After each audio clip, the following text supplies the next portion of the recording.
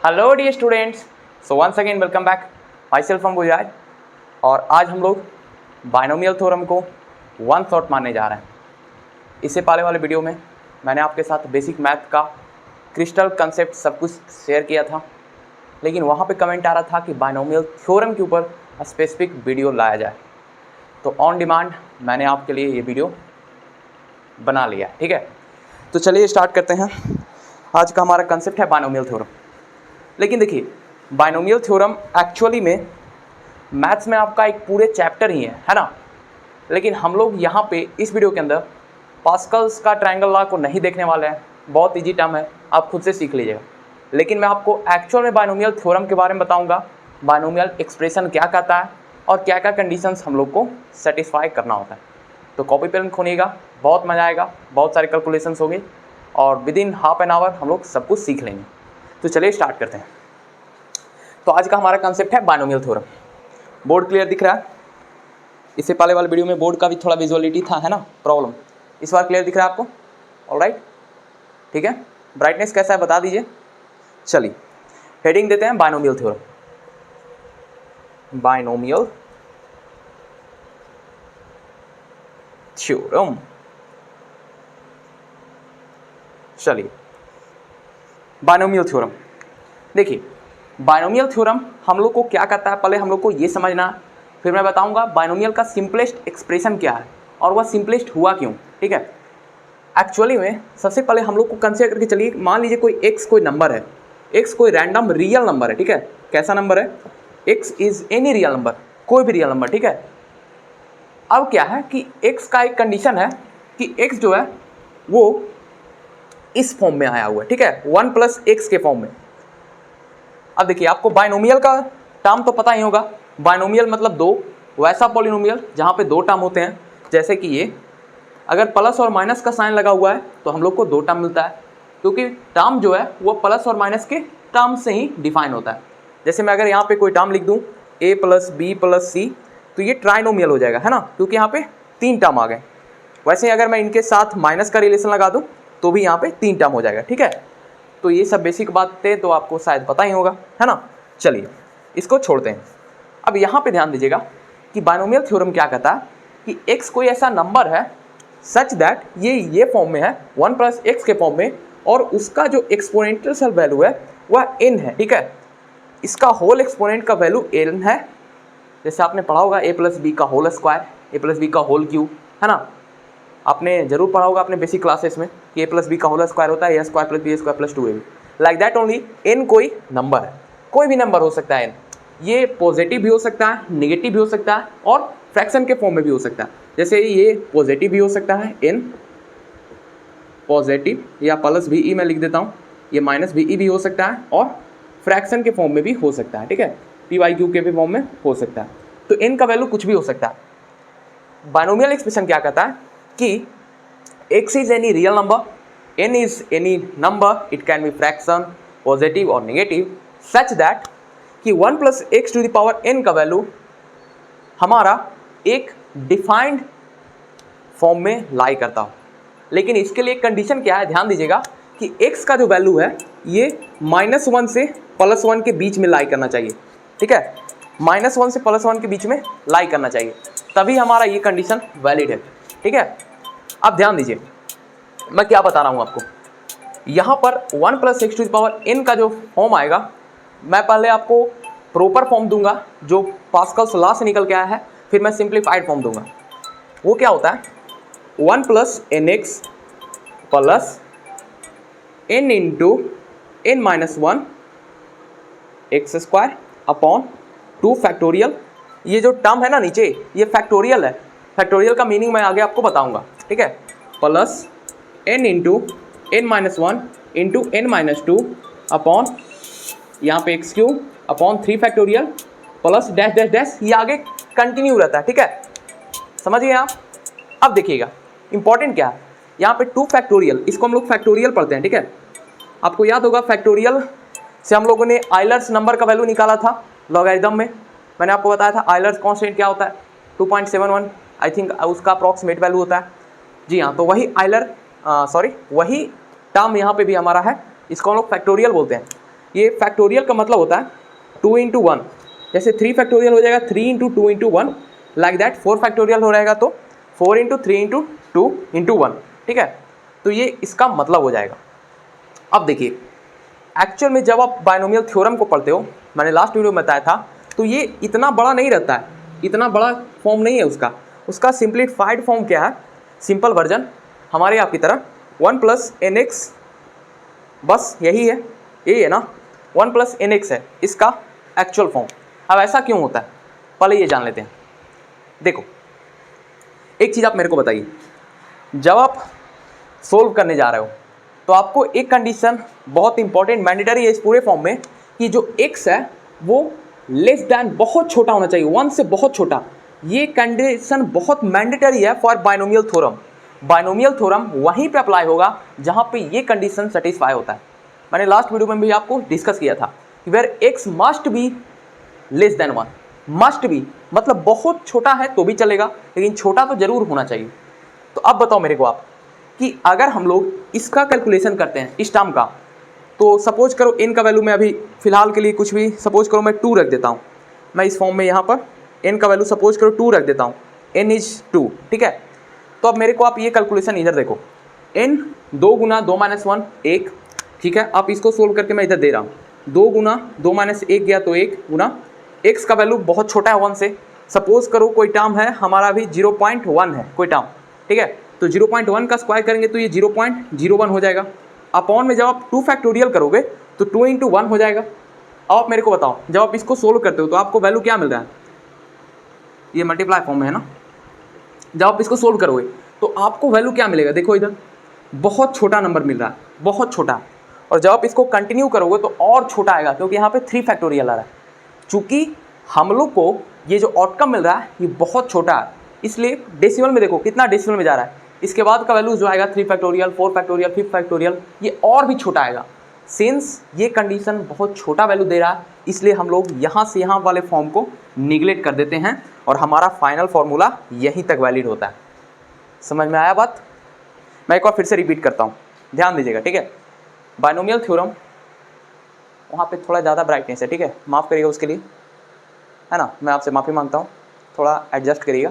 देखिए binomial theorem valid कब होता है, जब x = <1 होता है। सबसे पहला कंडीशन, x कोई भी रियल नंबर हो सकता है, n का वैल्यू कुछ भी हो सकता है ना, n का वैल्यू फ्रैक्शन पॉजिटिव नेगेटिव कुछ भी हो सकता है, लेकिन जो x का वैल्यू है वो +1 से -1 के बीच में लाई करना चाहिए, पहला कंडीशन।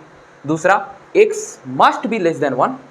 तब अगर हमें ऐसा फॉर्म दिख जाए 1 + x⁴n का फॉर्म, तो वहाँ पे हमारा एक्चुअल फॉर्मूला ये बना था। एक्चुअल जो थ्योरम है वो ये है, लेकिन हम लोग इसका सिंप्लीफाइड वर्जन ये यूज करते हैं, हम लोग का इजी कैलकुलेशन हो जाए इसलिए। इसको भी आप जब सोल्व करिएगा तो आपका आंसर सही आएगा। सही क्यों आएगा? क्योंकि बाइनोमियल थ्योरम कभी भी आपको एक्यूरेट आंसर नहीं देता है। जैसे आप कैलकुलेटर से सोल्व करते हो आपको 2.31 कुछ वैल्यू मिल गया, जैसे पाई का वैल्यू लो, तो पाई का क्या वैल्यू हम लोग को आज तक उसका एक्यूरेट वैल्यू नहीं पता है, अप्रोक्सीमेट वैल्यू पता है 22/7 या फिर 3.14, है ना, ये इसका अप्रोक्सीमेट वैल्यू है। लाइक दैट ओनली जब आप बाइनोमियल एक्सप्रेशन को सोल्व करते हो तो आपको हमेशा एक अप्रोक्सीमेट वैल्यू मिलता है, ठीक है, ये क्लियर हो गया। अब ऐसा कोई वैल्यू मिल जाएगा, आप उसको देखोगे, सबसे पहला केस x जो होना चाहिए 1 से कम होना चाहिए, ये वाला कंडीशन। फिर आप इस फॉर्म पे उसको लाओगे 2 फैक्टोरियल 3 फैक्टोरियल, ये सब कुछ मत करना, सिंपली उसको इस फॉर्म में लाना, सोल्व कर देना। चलो कुछ बढ़िया क्वेश्चन करवाऊंगा, एकदम सुपर डुपर क्वेश्चंस। देखो ये जो बाइनोमियल है ना, ये अभी तो लगभग 5-7 मिनट में मैंने आपको समझा दिया, लेकिन इसका इंपॉर्टेंस काफ़ी ज़्यादा है, क्योंकि हम लोग कई जगहों पर, बहुत जगहों पर फिजिक्स में इसका यूज करते हैं कैलकुलेशन को ईजी बनाने के लिए, ठीक है। देखिए आप इसका यूज बहुत जगह करिएगा, जैसे कई बार ग्रेविटेशन में आपको फॉर्मूला के ऊपर ये डायरेक्ट अप्लाई हो जाता है ना, तो वहाँ पे इसका यूज हो जाता है। आप देखिएगा मैं आगे आपको बहुत अच्छे क्वेश्चन देने वाला हूँ। तो चलिए अब क्वेश्चन टाइम में क्वेश्चन को थोड़ा ट्राई करते हैं। मैं बोर्ड को इरेज कर देता हूँ, कोई डाउट रहता है तो पूछ लिया करें, ठीक है। आप जब कमेंट करते हो तो हमें अच्छा लगता है, आप लोग अपना डाउट पूछते हो। 1 मिनट वेट करिए, मैं बोर्ड को सही से इरेज कर देता हूँ। बोर्ड आपको क्लियर दिख रहा है, विजुअल है? Is there everything all right? Okay, चलिए कंटिन्यू करते हैं। अब मैं आपको कुछ क्वेश्चन दूंगा ताकि आपका डेप्थ कमांड इसके ऊपर बन जाए। पहले मैं इजी लेवल का क्वेश्चन लेता हूँ। जैसे सपोज करिए मैं रूट हटाता हूँ पहले, फ्रैक्शंस के अलावा मैं आपको सिंपली देखिए, अब ये जो बाइनोमियल थ्योरम है ना, 1 + x⁴n where condition is x is very very less than 1, तो आउटकम क्या मिला हमें, 1 + nx है ना, 1 + nx मिला। अब इसका कई फॉर्म हो सकता है, n का वैल्यू कुछ भी आ सकता है, पॉजिटिव नेगेटिव, उसके अकॉर्डिंग इसका आउटकम भी चेंज हो जाता है। देखिए थोड़ा इधर, जैसे सपोज करिए इस बार मैं 1 - x लेता हूँ अपॉन n करता हूँ, तो इस बार फॉर्मूला क्या हो जाएगा, 1 - xn। अगर मैं इस बार अगले कंडीशन में क्या करता हूँ, 1 + x लेता हूँ लेकिन n का वैल्यू -n लेता हूँ, तो फिर फॉर्मूला यही हो जाएगा 1 - xn। ठीक है। अब अगर मैं सपोज करिए 1 - x लेता हूँ और पावर भी माइनस रखता हूँ, तो पॉजिटिव वैल्यू मिल जाएगा 1 + nx। सिंपल है ना, जस्ट साइन का चेंजिंग है बस। अच्छा एक चीज़ और, जब ये आपको p/q के फॉर्म में मिले, फ्रैक्शन के फॉर्म में मिले, सपोज करिए यहाँ पे तो दिख रहा है, यहाँ पे आई थिंक ज़्यादा ब्राइटनेस है ना, सपोज करिए ऐसा टर्म आपको मिल जाए 1 + n⁴x अपॉन 1 + n⁴y, तो आप क्या करिएगा, बहुत ईजी है, ये भी ध्यान दीजिएगा, ऐसा टर्म आपको आगे मिलेगा। ध्यान क्या रखना होता है ना कि ये प्रोसेस सेम होता है, लेकिन जो डिनोमिनेटर का जो साइन होता है ये चेंज हो जाता है। जब इसको सोल्व करिएगा तो डिनोमिनेटर अगर पॉजिटिव है तो फाइनल आउटकम नेगेटिव आएगा, नेगेटिव है तो पॉजिटिव आएगा। जैसे इसका सॉल्यूशन हो जाएगा 1 + nx, ये वाला टर्म आगे आ गया nx, यहाँ पे -n⁴y, बस सिंपल हो गया। अगर इसका वाइस वर्सा आपको कहीं पे ऐसा मिल रहा है 1 + x होगा ना, x⁴n, कुछ भी हो सकता है, अभी x ही हम लोग मान के चल रहे हैं पहले वाले क्वेश्चन में, इसलिए मैंने x लिख दिया। ठीक है, ये m है, m, ठीक है, m मानिए, इसको मैं आपको यहाँ पे थोड़ा चेंज कर देता हूँ, कोई बात नहीं, ये अगर x है हमारा तो यहाँ पे m हो जाएगा। ठीक है, ऑलराइट, कुछ भी वैल्यू हो सकता है, मैं x y कुछ भी मान के लिख सकते हैं हम लोग। सपोज करिए कुछ ऐसा आ गया कि 1 + x⁴n अपॉन में 1 + x⁴, यहाँ पे माइनस दे दीजिए, -m। अगर ऐसा है तो फिर इसका साइन चेंज हो जाएगा, है ना, साइन चेंज हो जाएगा सिंपली, आप इसको लिख दीजिएगा 1 + nx, माइनस है तो प्लस हो जाएगा इस बार x⁴m। तो पूरा बोर्ड आई थिंक क्लियर है आपको, बोर्ड क्लियर दिख रहा है, कमेंट प्लीज कर दीजिएगा, है ना। तो ये पूरा हमारा बाइनोमियल का हम लोग अलग अलग फॉर्म से रिप्रेजेंट कर सकते हैं। मैं एक बार फिर से बता देता हूँ, देखिए ये टाइप है, लेकिन कंडीशन क्या है कि where x must be less than 1, बस और कुछ नहीं। अब बारी है क्वेश्चन की, तो मैं आपके लिए कुछ चुनिंदा क्वेश्चन दे रहा हूँ। चलिए तो अब क्वेश्चन देखते हैं। सपोज करिए हमारा इजी फर्स्ट क्वेश्चन हमें कोई मिल गया, इजी वाला, रूट क्या करेगा, चलिए कोई भी आप 35 करके बताइए, रूट 35।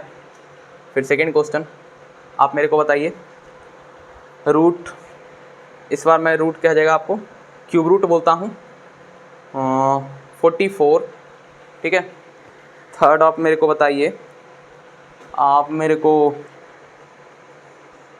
मतलब 1/4 है इसका पावर। ठीक है, आप मेरे को बताइए 101। फिर आप मेरे को बताइए, नेगेटिव वैल्यू भी हो सकता है, इसमें कोई दिक्कत नहीं है। आप मेरे को बताइए 99 ⁵ 1/5। ठीक है, आप मेरे को बताइए क्यूब रूट ऑफ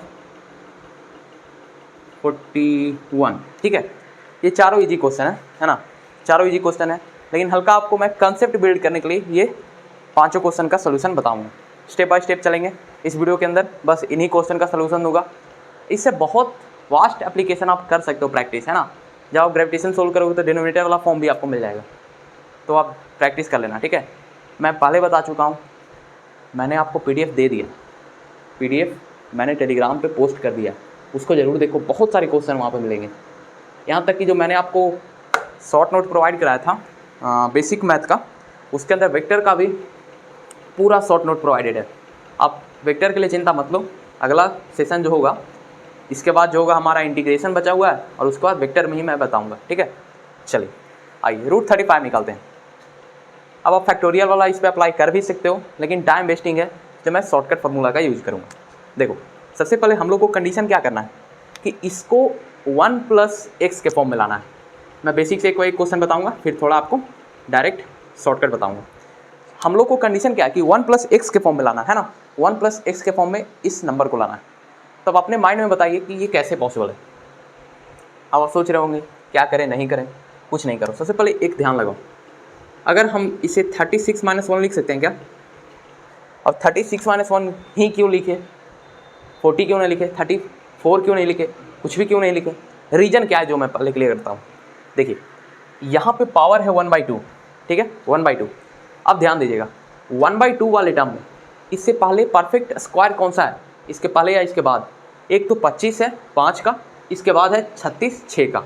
तो हम लोग दो रिलेशन बना सकते हैं, 25 से भी इसको सोल्व कर सकते हैं, 6 से भी, 36 से भी सोल्व कर सकते हैं।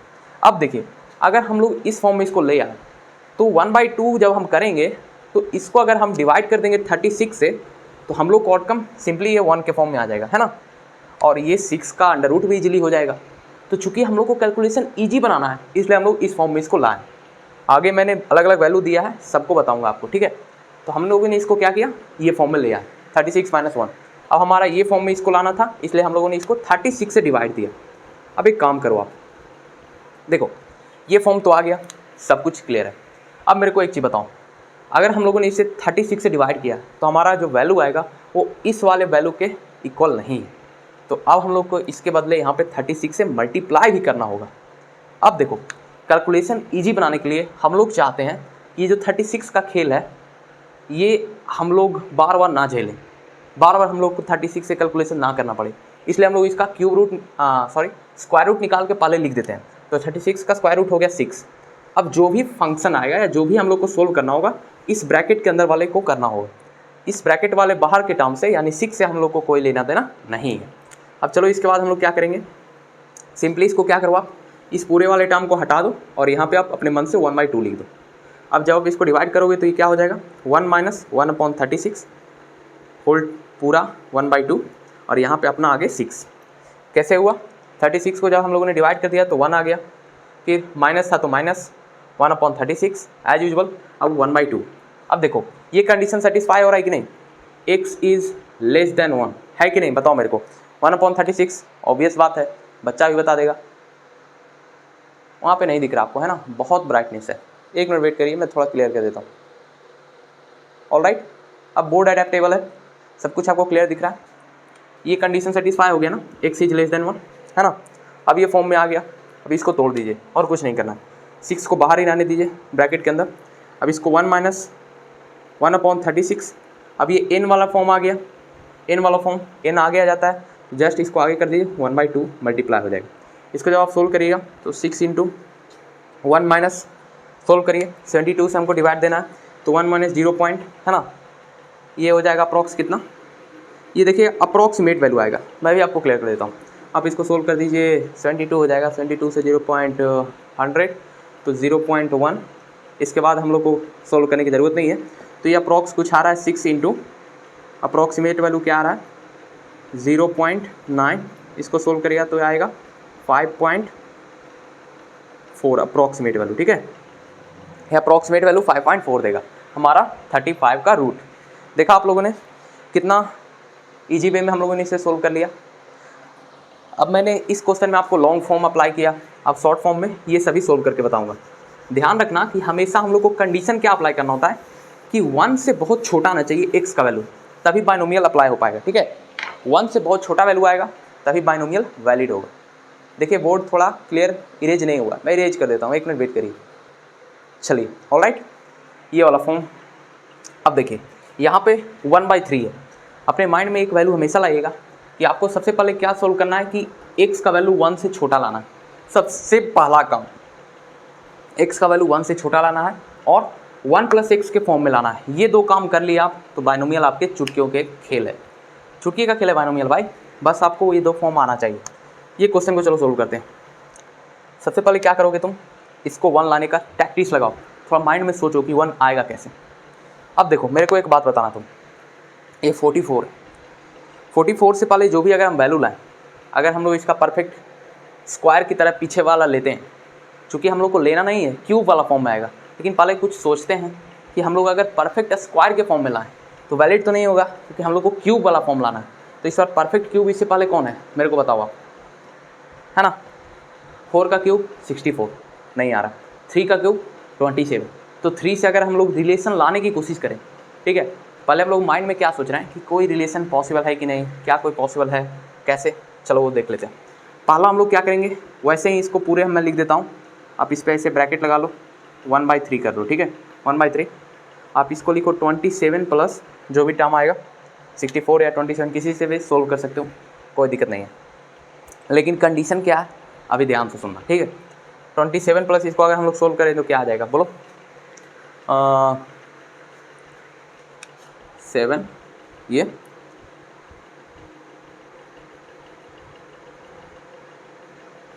1 है ना, सही है। 27 प्लस 17 हमारा 44 आ रहा है। अब ध्यान दीजिएगा, अब हम लोग को अगला प्रोसेस क्या करना होता है, इसको लाना होता है 1 के फॉर्म में, है ना। ये आगे वाला टर्म 1 लाना है। हम लोग क्या करेंगे, पूरे को 27 से डिवाइड कर देंगे, ईजी है। इसके बाद क्या करेंगे, 27 से डिवाइड कर दिए तो इसको कैंसिल करना है, इधर 27 से मल्टीप्लाई भी करना होगा। अब हम चाहते हैं कि इसका वैल्यू बार बार रिपीट ना हो, तो इसका हम लोग क्यूब रूट करके लिख देंगे 3। अब जस्ट हो गया ईजी, 1 प्लस 17/27 पावर 1/3, सही है। अब फिर क्या करिएगा आप, ये जब फॉर्म हो गया 3 इंटू, अब इसको जब n के फॉर्म आ गया तो n को आगे रखना होता है, जस्ट पुट कर दीजिए 1 प्लस 1/3 इंटू 17/27, ये हो जाएगा।